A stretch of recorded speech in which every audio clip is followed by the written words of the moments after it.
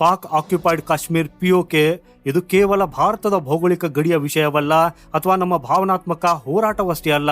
ಇಂದು PoK ಜಾಗತಿಕ ರಾಜಕಾರಣದ ಅಂದ್ರೆ ಜಿಯೋ ಪಾಲಿಟಿಕ್ಸ್ ನ ಕೇಂದ್ರ ಬಿಂದುವಾಗಿ ಬದಲಾಗಿದೆ. ಗೆಳೆಯರೆ, ನಿಮ್ಗೆಲ್ರಿಗೂ ಒಂದು ದೊಡ್ಡ ಆಶ್ಚರ್ಯ ಕಾದಿದೆ.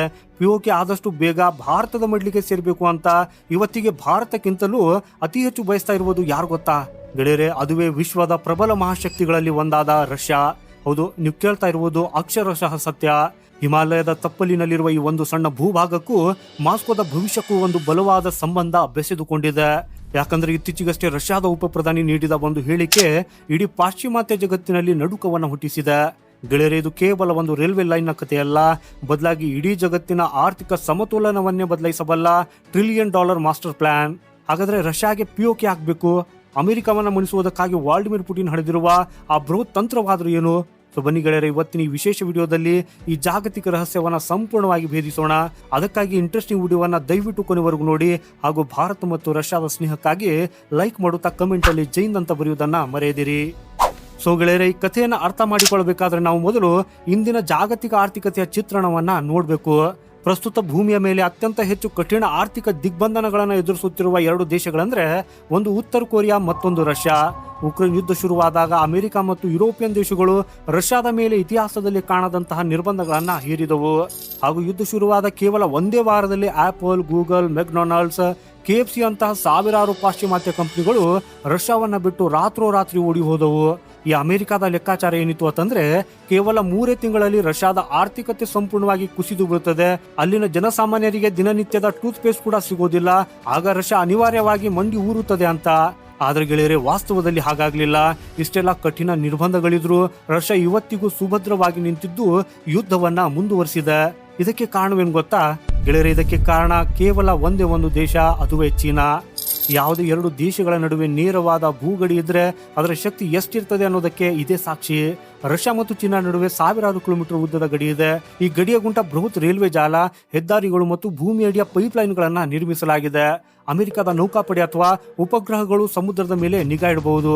ಆದರೆ ಭೂಮಿಯ ಅಂಡರ್ ಗ್ರೌಂಡ್ ನಲ್ಲಿ ಹರಿಯುತ್ತಿರುವ ತೈಲವನ್ನು ಅಥವಾ ರೈಲುಗಳಲ್ಲಿ ಸಾಗುತ್ತಿರುವ ಸರಕುಗಳನ್ನು ತಡೆಯುವುದು ಅಸಾಧ್ಯ. ಸೊ ಇದೇ ಕಾರಣಕ್ಕಾಗಿ ರಷ್ಯಾ ತನ್ನ ಕಚ್ಚಾ ತೈಲ ಮತ್ತು ನೈಸರ್ಗಿಕ ಅನಿಲವನ್ನ ಚೀನಾಗೆ ಅತ್ಯಂತ ಅಗ್ಗದ ಬೆಲೆಯಲ್ಲಿ ಮಾರಾಟ ಮಾಡ್ತಾ ಇದೆ.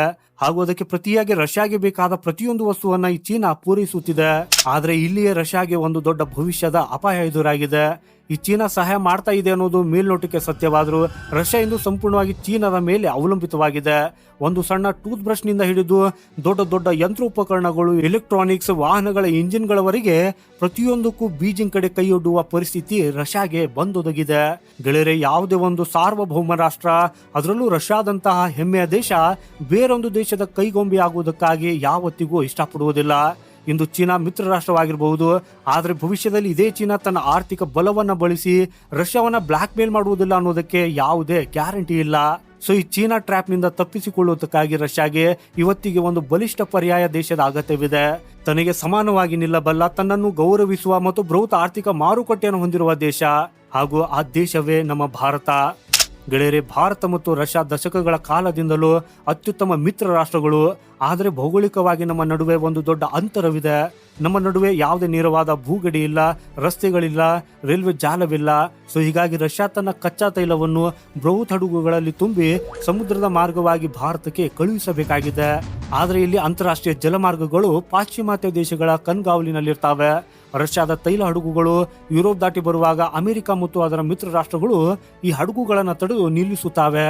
ಹಾಗೂ ಅನೇಕ ಬಾರಿ ರಷ್ಯಾದ $1 ಮಿಲಿಯನ್ ಮೌಲ್ಯದ ತೈಲ ಹಡಗುಗಳನ್ನ ಮುಟ್ಟುಗೋಲು ಹಾಕಿಕೊಳ್ಳಲಾಗಿದೆ. ಜೊತೆಗೆ ವಿಮಾ ಕಂಪನಿಗಳು ರಷ್ಯಾದ ಹಡಗುಗಳಿಗೆ ವಿಮಾ ನೀಡುವುದಕ್ಕಾಗಿ ನಿರಾಕರಿಸುತ್ತಿವೆ. ಸೊ ಈ ಎಲ್ಲ ಅಡೆತಡೆಗಳನ್ನ ಶಾಶ್ವತವಾಗಿ ನಿವಾರಿಸುವುದಕ್ಕಾಗಿ ಅಮೆರಿಕದ ಕಣ್ಗಾವಲಿನಿಂದ ಸಂಪೂರ್ಣವಾಗಿ ತಪ್ಪಿಸಿಕೊಳ್ಳುವುದಕ್ಕಾಗಿ ರಷ್ಯಾ ಒಂದು ಮಾಸ್ಟರ್ ಪ್ಲಾನ್ ಅನ್ನ ಸಿದ್ಧಪಡಿಸಿದೆ.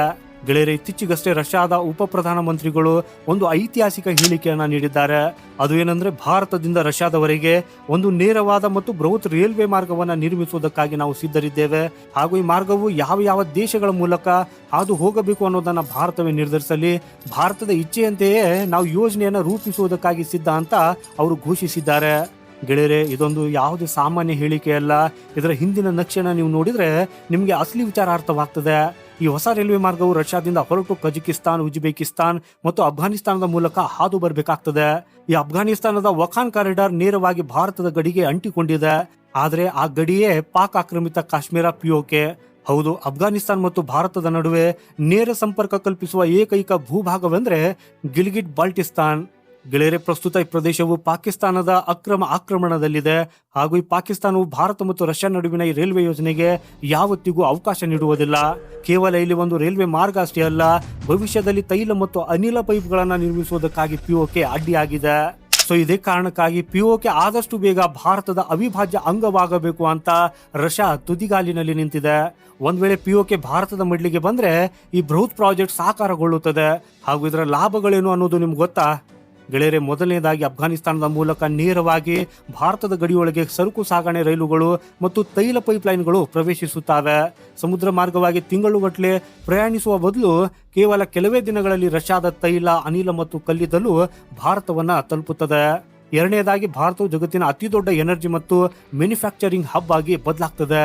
ಅಗ್ಗದ ಇಂಧನದಿಂದ ಭಾರತದ ಕೈಗಾರಿಕೆಗಳು ರಾಕೆಟ್ ವೇಗದಲ್ಲಿ ಬೆಳೆಯುತ್ತವೆ. ಮೂರನೇದಾಗಿ ಭಾರತೀಯ ಕಂಪನಿಗಳು ರಷ್ಯಾಗೆ ಅಗತ್ಯವಿರುವ ಎಲೆಕ್ಟ್ರಾನಿಕ್ಸ್, ಔಷಧಿಗಳು, ಆಟೋಮೊಬೈಲ್ ಬಿಡಿಭಾಗಗಳು ಮತ್ತು ದಿನಬಳಕೆಯ ವಸ್ತುಗಳನ್ನು ಈ ರೈಲು ಮಾರ್ಗದ ಮೂಲಕವೇ ಸುಲಭವಾಗಿ ರಫ್ತು ಮಾಡಬಹುದು. ಸೊ ಇದರಿಂದ ರಷ್ಯಾಗೆ ಚೀನಾದ ಮೇಲಿರೋ ಅವಲಂಬನೆ ಶಾಶ್ವತವಾಗಿ ಕೊನೆಗೊಳ್ಳುತ್ತದೆ. ಹಾಗೂ ಇದೊಂದು ಉಭಯ ದೇಶಗಳಿಗೂ ಗೆಲುವು ತರುವ ವಿನ್ ವಿನ್ ಲೆಕ್ಕಾಚಾರ. ಆದ್ರೆ ಗೆಳೆಯರೆ, ನಾವಿಲ್ಲಿ ಒಂದು ಕಠಿಣ ವಾಸ್ತವವನ್ನ ಒಪ್ಪಿಕೊಳ್ಳಲೇಬೇಕು. ರಷ್ಯಾ ಪಿಒಕೆ ವಿಚಾರದಲ್ಲಿ ನಮಗೆ ಬೆಂಬಲ ನೀಡ್ತಾ ಇರುವುದು ಒಳ್ಳೆಯದೇ, ಆದ್ರೂ ಇದು ಬಹಿರಂಗವಾಗಿ ನಡೆಯಬಾರದು. ಗೆಳೆಯರೆ, ರಷ್ಯಾದ ಉಪ ಪ್ರಧಾನಮಂತ್ರಿಗಳು ಜಗತ್ತಿನ ಎದುರು ಇಂತಹ ಹೇಳಿಕೆಗಳನ್ನು ನೀಡುವುದು ಭಾರತದ ಪಾಲಿಗೆ ಅಪಾಯಕಾರಿಯಾಗಿ ಪರಿಣಮಿಸಬಹುದು. ಯಾಕಂದ್ರೆ ಒಂದ್ ವೇಳೆ ರಷ್ಯಾ ಪಿಒಕೆ ಮೇಲೆ ಭಾರತದ ಹತೋಟಿ ಸಾಧಿಸಲು ಸಹಾಯ ಮಾಡುತ್ತಿದೆ ಅನ್ನೋ ಸಣ್ಣ ಸುಳಿವು ಅಮೆರಿಕ ಮತ್ತು ಯುರೋಪ್ಗೆ ಸಿಕ್ಕರೆ ಸಾಕು, ಅವರು ತಕ್ಷಣವೇ ಪಾಕಿಸ್ತಾನದ ಬೆನ್ನಿಗೆ ನಿಲ್ತಾರೆ. 20 ವರ್ಷಗಳ ಹಿಂದಿನ ಇತಿಹಾಸವನ್ನು ಒಮ್ಮೆ ನೆನಪಿಸಿಕೊಳ್ಳಿ. ಕಾಶ್ಮೀರದ ವಿಚಾರದಲ್ಲಿ ಅಮೆರಿಕ ಮತ್ತು ಅಂತಾರಾಷ್ಟ್ರೀಯ ಮಾಧ್ಯಮಗಳು ಪಾಕಿಸ್ತಾನಕ್ಕೆ ಯಾವ ರೀತಿ ಕುರುಡು ಬೆಂಬಲ ನೀಡ್ತಾ ಇದ್ವು ಅನ್ನೋದು ನಮ್ಗೆಲ್ರಿಗೂ ಗೊತ್ತೇ ಇದೆ. ಸೊ ಈಗಲೂ ಅದೇ ಪುನರಾವರ್ತನೆ ಆಗಬಹುದು.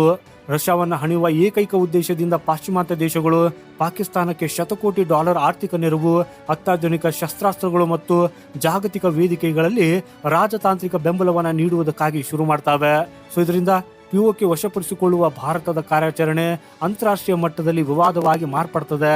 ಭಾರತ ಯಾವತ್ತಿಗೂ ಕಾಶ್ಮೀರದ ಸಮಸ್ಯೆಯನ್ನ ಜಾಗತಿಕ ವಿಚಾರ ಮಾಡುವುದಕ್ಕಾಗಿ ಬಿಡುವುದಿಲ್ಲ, ಯಾಕಂದ್ರೆ ಅದು ನಮ್ಮ ಆಂತರಿಕ ವಿಚಾರ. ಹಾಗಾದ್ರೆ ಭಾರತದ ಮುಂದಿರುವ ದಾರಿಯೇನು? ಗೆಳೆಯರೆ, ನಮ್ಮ ರಕ್ಷಣಾ ತಜ್ಞರ ಪ್ರಕಾರ ಭಾರತವು ಇಲ್ಲಿ ಕರಾರುವಕ್ಕಾದ ಚಾಣಕ್ಯ ನೀತಿಯನ್ನ ಅನುಸರಿಸಬೇಕು. ಬೆಲ್ಲವನ್ನು ತಿನ್ನಬೇಕಾದ್ರೆ ನೊಣಗಳು ಬರದಂತೆ ನೋಡಿಕೊಳ್ಳಬೇಕು. ಅಂದ್ರೆ ರಷ್ಯಾದ ಜೊತೆಗಿನ ಒಪ್ಪಂದಗಳು ಮತ್ತು ಮಾತುಕತೆಗಳು ಸಂಪೂರ್ಣವಾಗಿ ತೆರೆಮರೆಯಲ್ಲಿ ಅಂದ್ರೆ ಅನ್ಅಫಿಷಿಯಲ್ ಆಗಿ ನಡೆಯಬೇಕು. ಪಿಒಕೆ ವಿಚಾರದಲ್ಲಿ ಭಾರತವು ತನ್ನದೇ ಆದ ಸ್ವತಂತ್ರ ಕಾರ್ಯಾಚರಣೆಯನ್ನು ನಡೆಸ್ತಾ ಇದೆ. ಪಾಕಿಸ್ತಾನ ಇವತ್ತಿಗೆ ಆರ್ಥಿಕವಾಗಿ ದಿವಾಳಿಯಾಗಿದ್ದು ಪಿಒಕೆ ಜನರೇ ಪಾಕಿಸ್ತಾನದ ಸೇನೆಯ ವಿರುದ್ಧ ಬಂಡಾಯವೆದ್ದಿದ್ದಾರೆ. ಸೊ ಇಂತಹ ಸಮಯದಲ್ಲಿ ಭಾರತವು ಲೆಕ್ಕಾಚಾರದ ಹೆಜ್ಜೆಗಳನ್ನು ನೀಡ್ತಾ ಇದೆ. ಈ ಕಾರ್ಯಾಚರಣೆಯಲ್ಲಿ ರಷ್ಯಾದ ಪಾತ್ರ ಎಷ್ಟೇ ಇದ್ರೂ ಅದು ಜಗತ್ತಿನ ಕಣ್ಣಿಗೆ ಬೀಳಬಾರದು. ಹಾಗೂ ಭಾರತವು ರಷ್ಯಾಗೆ ಸ್ಪಷ್ಟವಾಗಿ ತಿಳಿಸಬೇಕು, ನಮಗೆ ನಿಮ್ಮ ಬೆಂಬಲ ಬೇಕು, ಆದ್ರೆ ಅದು ಕ್ಯಾಮ್ರಾಗಳ ಮುಂದಲ್ಲ, ಬಾಗಿಲು ಮುಚ್ಚಿದ ಕೋಣೆಗಳ ಒಳಗೆ ಅಂತ. ಗೆಳೆಯರೆ, ರಾಜತಾಂತ್ರಿಕತೆಯಲ್ಲಿ ಮೌನವೇ ಅತ್ಯಂತ ದೊಡ್ಡ ಅಸ್ತ್ರ. ಶಬ್ದ ಮಾಡದೆ ಸಾಧಿಸುವ ಗೆಲುವು ಶಾಶ್ವತವಾಗಿರ್ತದೆ. ಸೊ ಭವಿಷ್ಯದಲ್ಲಿ ಪಿಒಕೆ ಭಾರತದ ಪಾಲಾಗುವುದು ಕೇವಲ ಕಾಲದ ಪ್ರಶ್ನೆ. ಆ ಸಮಯ ಬಂದಾಗ ರಷ್ಯಾದಂತ ಬಲಿಷ್ಠ ರಾಷ್ಟ್ರದ ಮೌನ ಬೆಂಬಲ ಭಾರತಕ್ಕೆ ದೊಡ್ಡ ಶಕ್ತಿ ಆಗಲಿದೆ. ಒಂದ್ ವೇಳೆ ಈ ಭಾರತ ರಷ್ಯಾ ನೇರ ರೈಲ್ವೆ ಲೈನ್ ಮತ್ತು ಇಂಧನ ಕಾರಿಡಾರ್ ವಾಸ್ತವಕ್ಕೆ ಬಂದ್ರೆ ಇಡೀ ಏಷ್ಯಾ ಖಂಡದ ಭವಿಷ್ಯವೇ ಬದಲಾಗಲಿದೆ. ಚೀನಾದ ಪ್ರಾಬಲ್ಯ ತಗ್ಗಿ ಅಮೆರಿಕದ ಡಾಲರ್ ದಬ್ಬಾಳಿಕೆ ಅಂತ್ಯವಾಗಿ ಭಾರತವು ವಿಶ್ವದ ಹೊಸ ಆರ್ಥಿಕ ಮತ್ತು ಸೇನಾ ಸೂಪರ್ ಪವರ್ ಆಗಿ ಹೊರಹೊಮ್ಮುವುದರಲ್ಲಿ ಯಾವುದೇ ಅನುಮಾನವಿಲ್ಲ. ಗೆಳೆಯರೆ, ಜಾಗತಿಕ ರಾಜಕಾರಣದಲ್ಲಿ ಯಾರು ಶಾಶ್ವತ ಶತ್ರುಗಳಲ್ಲ, ಮಿತ್ರರಲ್ಲ, ಕೇವಲ ದೇಶದ ಹಿತಾಸಕ್ತಿಗಳು ಮಾತ್ರ ಶಾಶ್ವತ ಅನ್ನೋದಕ್ಕೆ ಇದೇ ಜ್ವಲಂತ ಉದಾಹರಣೆ. ಸೊ ಗೆಳೆಯರೆ, ಈ ಇಡೀ ಬೆಳವಣಿಗೆಯ ಬಗ್ಗೆ ನಿಮ್ಮ ಅನಿಸಿಕೆ ಏನು? ರಷ್ಯಾದ $1 ಟ್ರಿಲಿಯನ್ ಪ್ಲಾನ್ ಅನ್ನ ಭಾರತ ಹೇಗೆ ಬಳಸಿಕೊಳ್ಳಬೇಕು? ಕಾಮೆಂಟ್ ಬಾಕ್ಸ್ ನಲ್ಲಿ ನಿಮ್ಮ ಅಮೂಲ್ಯವಾದ ಅಭಿಪ್ರಾಯವನ್ನ ದಯವಿಟ್ಟು ತಿಳಿಸಿ. ಈ ವಿಶ್ಲೇಷಣೆ ನಿಮಗೆ ಇಷ್ಟವಾಗಿದ್ರೆ ವಿಡಿಯೋವನ್ನ ಲೈಕ್ ಮಾಡಿ ಮತ್ತು ಪ್ರತಿಯೊಬ್ಬ ಕನ್ನಡಿಗನಿಗೂ ಶೇರ್ ಮಾಡಿ. ರಾಷ್ಟ್ರೀಯ ಭದ್ರತೆ, ಜಿಯೋ ಪಾಲಿಟಿಕ್ಸ್ ಮತ್ತು ಇತಿಹಾಸದ ಇಂತಹ ಅತ್ಯುತ್ತಮ ವಿಡಿಯೋಗಳಿಗಾಗಿ ನಮ್ಮ ಚಾನೆಲ್ ಸಬ್ಸ್ಕ್ರೈಬ್ ಮಾಡುವುದನ್ನ ಮರೆಯದಿರಿ. ಜೈ ಹಿಂದ್, ಜೈ ಕರ್ನಾಟಕ.